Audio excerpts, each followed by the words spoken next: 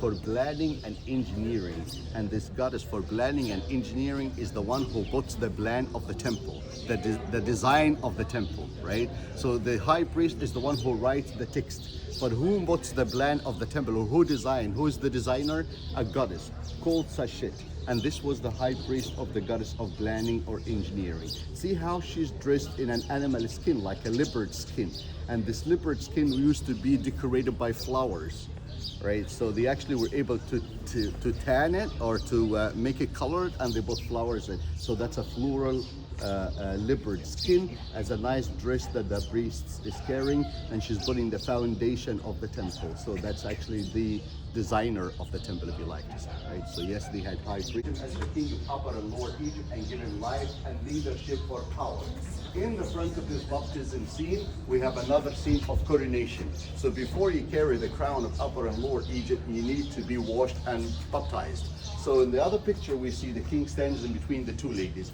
One lady is supposed to carry the red crown, which is the crown of the north, and the other one supposed to carry the white crown, which is the crown of the south. One looks like a bucket of champagne, the other one looks like a bottle of champagne, as we agree. And the two ladies represent Upper and Lower Egypt, the north and the south. And basically, they put the crown above the head of the king. So now the king, after he's baptized, he is legally can carry the throne of Upper and Lower Egypt, as you see on the head over here, right? So that's a scene of purification. What's the name of this goddess of justice? This lady, have a look at her, please. The lady with the two wings, and she has a feather above the head.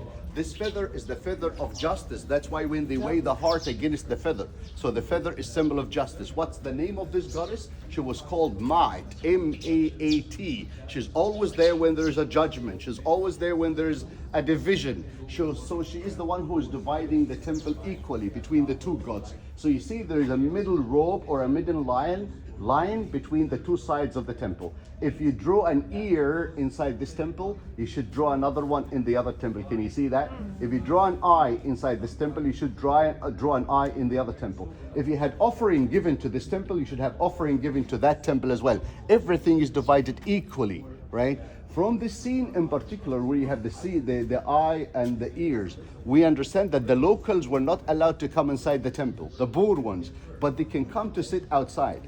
And they want the gods to listen to their prayer. So they will come against the wall like this, and they will whisper in the wall, hoping that the gods can listen.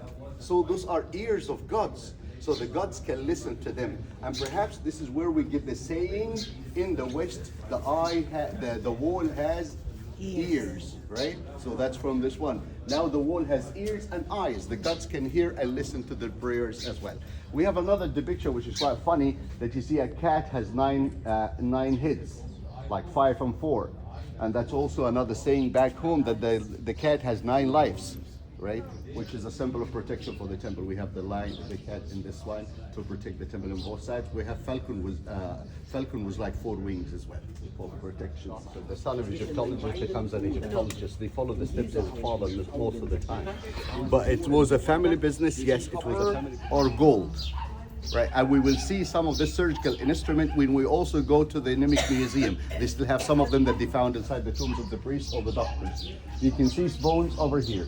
You can see like scissors over here. A splint for broken arms or broken legs. Suction cups. Those are catchers or tweezers for the teeth, to get the teeth out, for example, like those ones. And that's also to put inside the pregnant lady, to help the doctor to investigate the pregnant lady, for example. So that's all surgical instrument that they may have used thousands of years ago, similar to the one that we still use nowadays. And that's a very old record for the surgical instrument that the Egyptians had, that was said by the kind god Nefer.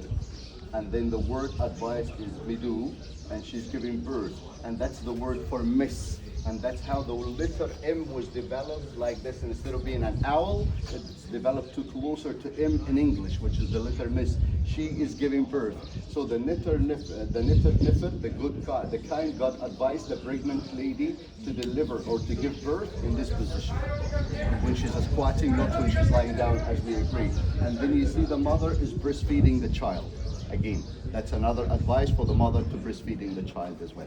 All these are advices, medical advices that was given to the ladies of the town, or the ladies of the village where it is. And we have offering scenes, nice offering scenes that's made by the kings to the gods as well. And we had shows the tolerance and accepting the other.